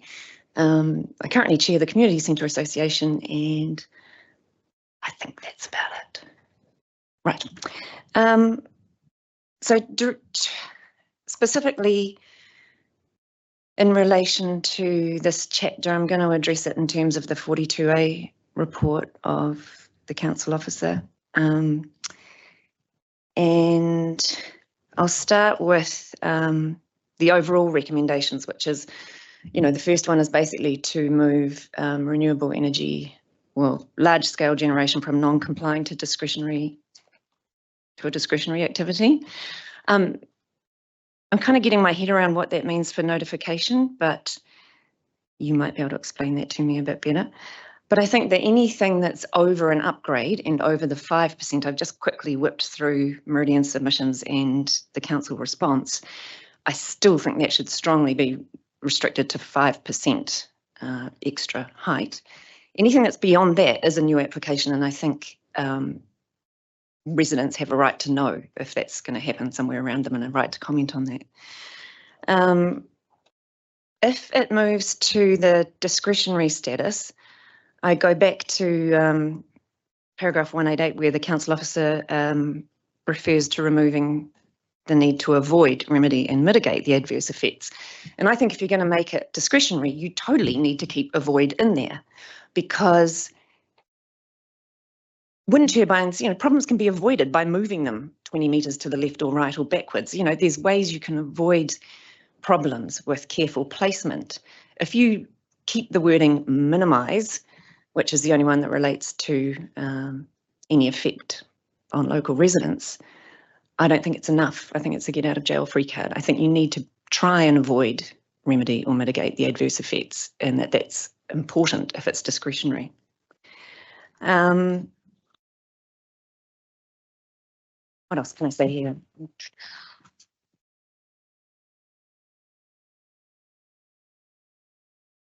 So that's in policy 9, and in policy 9, again, these are things I've previously submitted on, and there was a little bit of a glitch right at the beginning where a lot of our submissions didn't go into the table, and I still feel, even though I've submitted them twice before, that they haven't really been lodged. In regulation 9, the last bit that says, while having regard to any adaptive management, offsetting measures or environmental compensation which may benefit the local environment or community affected, I think that's absolutely should be deleted. My concern is that if the adverse effect is on a particular property or group of properties, say down the end of South Makara Road, giving a donation to the pony club or planting some trees somewhere else in the area does not address that effect. And I feel like that's what that clause lets you get away with. I think you should address the effect with the people or persons who are affected and not allow offsetting measures. I don't even know what adaptive management is. Perhaps you do. Environmental compensation, again, I don't really know what that is. For instance, Meridian is required to return carbon credits to the government. They have a forever forests policy. If they plant native bush, they put them into the carbon emissions scheme. They return those credits to the government, so that's a benefit to them. To say that would be a benefit to some other person who is suffering an adverse effect, I think that's just a double win for the generator. Given that it's already in the provide for category, I don't think you need to be any easier on the generator. So moving on to the second big change recommended by the council report, the new regulation that replaces, no, the new policy that replaces 8. As long as that upgrading standard 11 is retained with the 5% maximum height increase, I think that's probably okay. The minute you go taller than that, you need a new consent. The reason for that is when the Environment Court and the Court of Appeal looked at this, they were going, every individual turbine affects every different household in the valley in a different way. And given that the turbines are on the hill above the valley floor, all houses are generally on the valley floor, the wind will be blowing on the hill, it won't be blowing on the valley floor, noise carries. The noise is greater the more direct your line of sight is to a turbine, to the blades and to the hub. So if you increase something by 10 metres, that's going to make a big difference to an individual household. At the moment, there's really great community relations because when the wind farm was first applied for, 6 turbines were removed, and they were the 6 turbines that would have had that greatest effect on properties. So I feel that anything new, and as Meridian says, you know, anything new, any upgrade is really going to be 150 metres or more. Upgrading itself, keep it restricted, otherwise it's a new consent. I don't see the need to say make it 10%, allow it be 12, 15 metres higher instead of 6. 6 will change it at most households anyway, considering what they see at the moment. What else here? I support the retention of, oh yeah, okay, hang on. Until I've done this in a bit of a flurry last night. Other matters, objectives 2 and objectives 3. I think combined, they're really negative for the local community. Objective 2 obviously is worded to, you know, it only requires management of adverse effects and it recognises the functional and operational needs and the potential national benefit. Great plus for generators. Regulation 3, when you add in the bit about reverse sensitivity effects, is a huge negative to any local landowners. Given that proposed, planned, investigated wind farms in the rural area are going to cover quite a large swathe of land, does that mean that any farmer who wants to build a house on a piece of land with only one building site on it that currently they have a right to do is not allowed to, because there might be a reverse sensitivity effect for a potentially planned wind farm at some point in the future? I mean, it is so generic and unspecific and creates a big property minus, I would say, for landowners. So I would want including reverse sensitivity effects to be removed from regulation, from objective 3.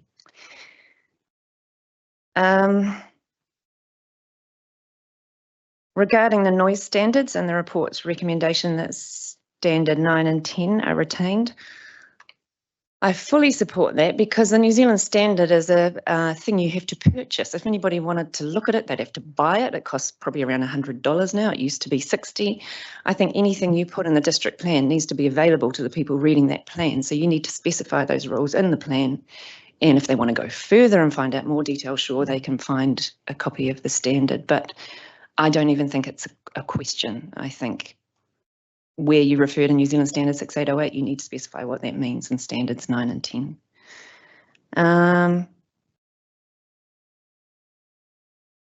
What I would love to say is, because I haven't been able to follow all the bits and bobs that have gone on in between, and that will happen in the rest of these hearings, is that I would love you to ask me any questions that I might be able to answer from a community perspective. I would like to make myself available if that is something that comes up in the next few days. I don't want to find out there was something you needed to know and you couldn't ask because the hearings were over, or I also don't want to know that a generator or somebody else made a really great case for something that we don't know about and don't have a chance to consider. I think I've roughly got my head around everything, but feel free to ask any questions. I should say that you seem to have your head pretty well screwed on, and you know pretty much what's going on. We've already heard from Meridian yesterday, right? Okay. So there will be no there won't be a position where they'll rock in and give us an additional response to you, and if they did want to say something to you, then we'd refer that back to you again, because that's how the process works.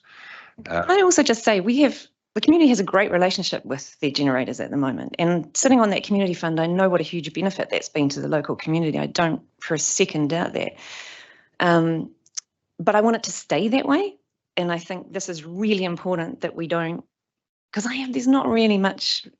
I know that nobody in my area even knows there's a renewable energy chapter in the district plan. You know, it's too much to get their heads around. So I just want you to keep that consideration in mind. Otherwise, you're going to end up with animosity again for future applications. And, you know, you don't want that.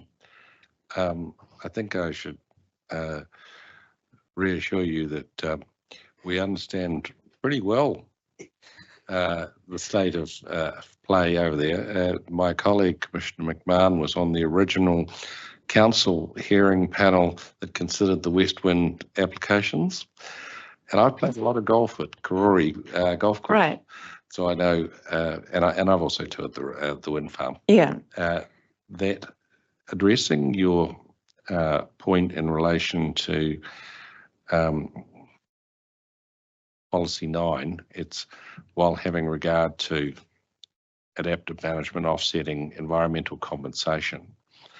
The point I was going to make to you is that there is a section in the Resource Management Act that actually says pretty much exactly that. So even if that wasn't in the policy, that would still be taken into account in a resource consent application, and because that's what the legislation directs. So that's just for your information. Okay. Commissioner Black, did you have any questions of Ms. Paul? Thank you. I just wanted to talk to you more about the increase between the 5% and the 10%, and the plan had recommended 5 and then gone back to 10, and that was based on his experience, and you would have read it, you know, going out on site. And I just wanted to hear from you more about what you think, what in your experience of being there, you know, what that means. Sure. To you. Yeah. And I know when you're on site, because I go up there a lot, you know, you're looking up at a turbine like that, you're not going to tell the difference between 5 or 10% taller. I mean, that's just not a consideration. But when you live underneath the turbines, and at the moment, for instance, from my front door, I see the hub, well, the blades and tips of 2 turbines. The landscape shields a lot of the noise that comes from that to a certain extent. The minute they go up 6 meters, 10 meters, I'm going to see more and I'm going to hear more. And I definitely can tell that, you know, the closer you move towards them, the more, if I move up the back of the property where I'm higher and I see more of the turbine, I hear more of the turbine. So an increase of, I mean, at the moment, a 10% increase would be 12.5 meters, I think, on the current turbines. That's, I mean, I can see a macrocarpa seedling growing on the ridgeline there at probably about 2 and 2.5 meters at the moment. The visual impact for me of another 10 meters is massive, and the sound would be massive. And I'd say that that goes for probably 20, 30, 40 other properties along Makara Road. 6 meters is already a big ask, but what that does, restricting it to 5%, it is very much saying it's an upgrade of the existing turbine. You know, we're going to stick a slightly longer blade on, fine, but going up 10 meters, that's a new consent. And I think that's fair enough. Is it, so, because I'm naive about, you know, what actually happens in a wind farm, you know, with the, because it goes up, does it'd be more noise, or is it just because? No, it's line of thing would be sight. It's line of sight. It's not that it's more powerful. I it makes visually, noise. Yeah. but you're talking about noise. Yeah. So the noise is related to your direct line of sight of the blade in the hub. So if you see less of the blades in the hub because of a landscape, you're going to hear it less. If you see more of it, you're going to hear it more. There's a line of you know, audibility that travels from the hub and the blades to you if there's nothing, because no landscape interfering. Previously, may have been a hill in front. Yeah, and if it goes up higher, there's more of the blade in the hub exposed, so the noise from those carries more easily to the viewer. Does that make sense? Yeah, it does. But all those special audible characteristics and everything, they're all tied into line of sight, you know, in a simple terms, yeah. Okay. One answer might be that, as you say, the 10% rule is only one part of the equation. The noise rules apply separately. So if the noise increased so as to exceed the standard, that would be to trip it out as well. Yeah, I think the visual impact is one thing, and it's an easy thing to work with. The minute you start working with noise, it's going to get incredibly complex, and pretty much nobody in the community is going to have the money or the know how to deal with that. So whatever the generator says the noise is going to be, people will have to accept that. They're not going to be able to disagree with it. I mean, so I think restricting an upgrade to it just being an upgrade would be sensible, and it would calm a lot of fears. If an upgrade slips in new, much bigger turbines, it's a slightly different deal.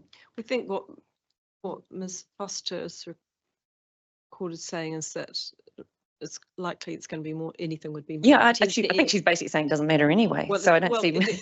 it matters, but it would be a consenting issue, you know. It would, Yeah, either I way, think yeah, but it would I be- read it and went, well, she's going 5%, 10% is not going to be 10% anyway. Yeah. Like, So I think the message is that if they were going to upgrade, it wouldn't be by slightly lengthening the turbines. It would by putting in new, bigger turbines, and they would be much bigger, and so far more than 10%. yeah, so that's my point really, is I don't know why an upgrade doesn't refer to just an upgrade, a fix, a repair, an upgrade of an existing turbine within a certain not too big a extension of height. Anything else is new. I think the other thing is that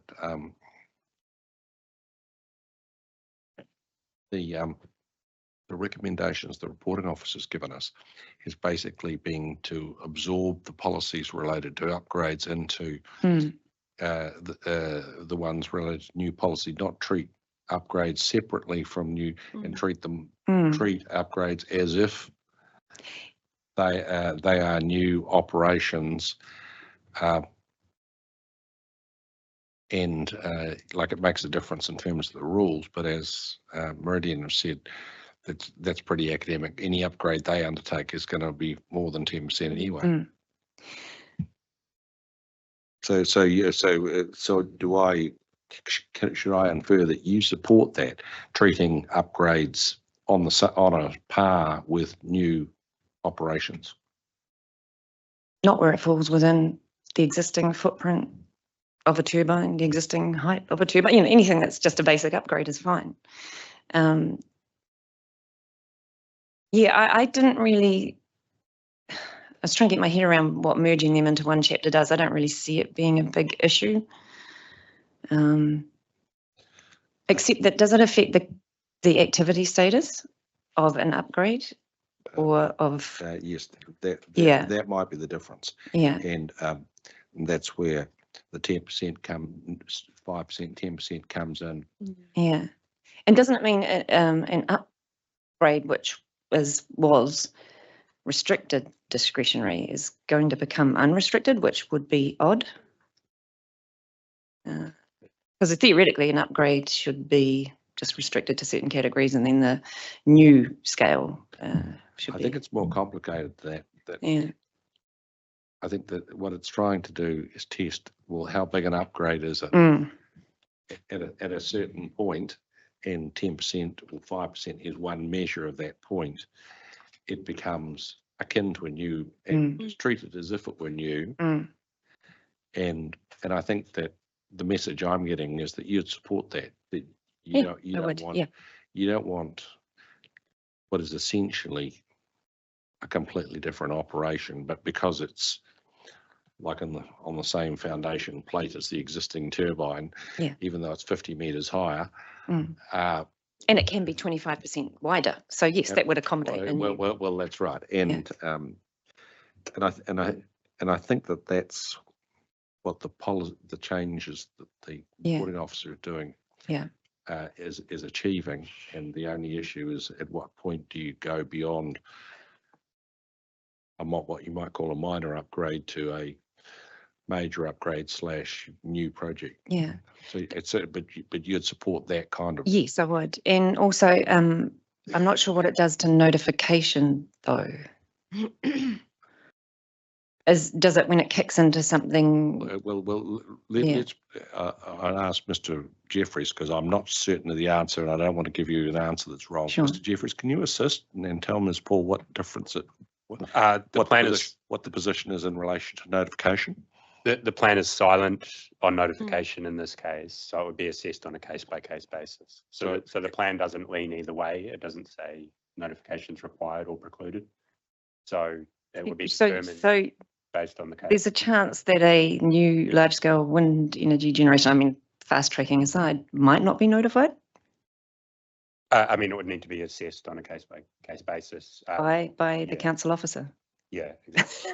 I would object to that too and say there should be an onus for Notification. notification. Like, Mr. Jeffries has been cautious. I think you could be confident, not certain, but confident that any significant new REG operation, any new wind farm, any significant would be notified. Could I further submit that it should be notified and I would want it notified?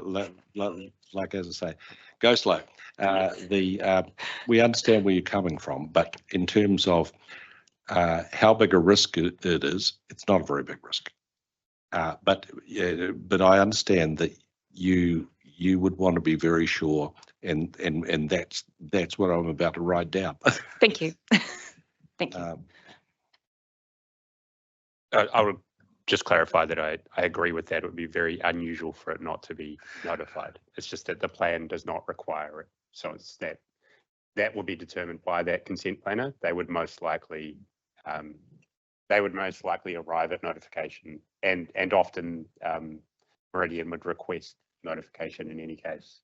Is it unusual that a plan doesn't refer to notification for something this big? No. No? No. That's common. The default position is that it says nothing, and the Act's provisions apply. Sometimes, more often, if it says anything, it will preclude notification. It's very seldom that they require notification. Okay. Are you aware of any examples in the plan, Mr. Jeffries? I'm trying to struggle to think of one. Of mandatory notification? Yes. I believe there's one in the waterfront zone. Yeah, there's one, and there might be one in the heritage. There's one in the heritage section, but it's very unusual. But the bottom line is that that's the normal situation. They say nothing. But as I say, I'm just about to write down that you want to be very sure. Yeah, and I'd encourage you to look at the general rural zone. There's a lot of stuff on notification, but not a mandatory requirement for notification. But there is a lot of other areas where it says stuff about notification. I just think it's a big chapter to not mention notification. Well, I think the point is that the chapter does mention notification in a number of different points, but okay, it doesn't make notification mandatory. Right. So each rule, well, not each rule. You raised this as an issue. You wanted to be certain that there was no changes to the notification provisions as notified, and I can tell you that there aren't any recommended changes. So there's no surprises there, but not all the rules have a notification statement. Some do. For example, the community scale renewable electricity generation ones, the notification status comment there is that those applications are not precluded from being publicly notified. So my query would be, why is a larger scale also not precluded from being publicly notified? May I just clarify on that? It's somewhat of a redundant statement, not precluded. It because is a redundant statement. the effect of that statement is the same as not having anything written there at all.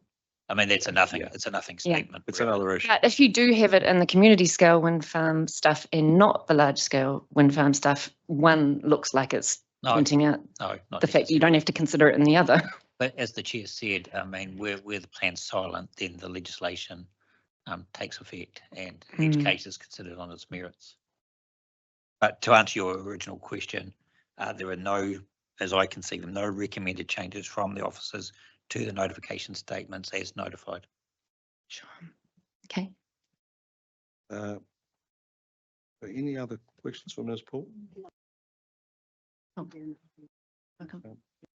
Thank you. That's Oh, thanks. Do Thank you very much. I get a medal for coming? No. Hey, or a chocolate fish. Yeah, I'll do. Thank you. Thank you very much. We will adjourn for the day. We'll be back at 9 a.m. tomorrow.